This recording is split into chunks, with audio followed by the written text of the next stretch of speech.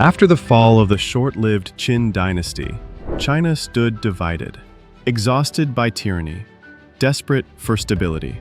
Then came Liu Bang, a former peasant and rebel leader, who defeated rival warlords and founded the Han dynasty in 202 BCE. He was no emperor by blood, but by strategy and survival. Under the Han, a new order emerged, one that would shape Chinese identity for 2,000 years. The Han rulers understood something the Qin had missed, that strength without wisdom is fragile. They restored Confucian values and crafted the civil service system, selecting officials based on merit, not lineage. This was revolutionary. Scholars became more powerful than warriors, and education became the key to influence. But the Han weren't just philosophers. They were builders of empires. Under Emperor Wu, China expanded westward, stretching its borders through conquest and diplomacy. The Silk Road was born, a lifeline across deserts and mountains, linking China to Persia, India, and even Rome. Silk, gold, glass, and spices flowed in caravans, along with ideas and religions. Yet no dynasty lasts forever. Corruption crept in. Land fell into the hands of elites. Peasants starved while palace officials grew rich.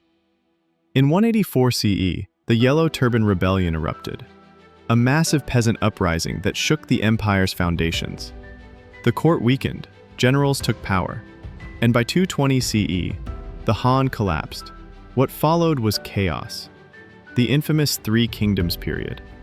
China shattered into competing warlord states. For nearly a century, the land bled. This was the age of heroes and betrayal, of Cao Cao, Liu Bei, and Sun Quan, immortalized in epic tales, but grounded in brutal reality. Eventually, unity returned, first under the short-lived Sui dynasty, and then, in 618, under the glorious Tang dynasty.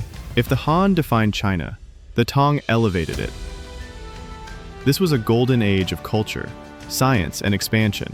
Poetry flourished, art transformed, and the Tang capital, Chang'an, became the most cosmopolitan city in the world. Foreigners were welcomed, women held power, technology advanced rapidly, with printing, gunpowder, and sophisticated medical knowledge. But golden ages often cast long shadows. In 755, a general named Lushan turned traitor and launched a massive rebellion. The war lasted nearly a decade, and 30 million lives were lost. The dynasty survived, but it was mortally wounded.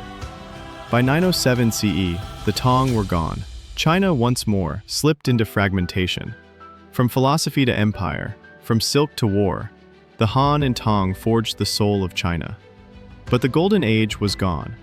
In the next chapter, a new enemy approaches, a storm from the north, and the Great Wall won't be enough to stop them.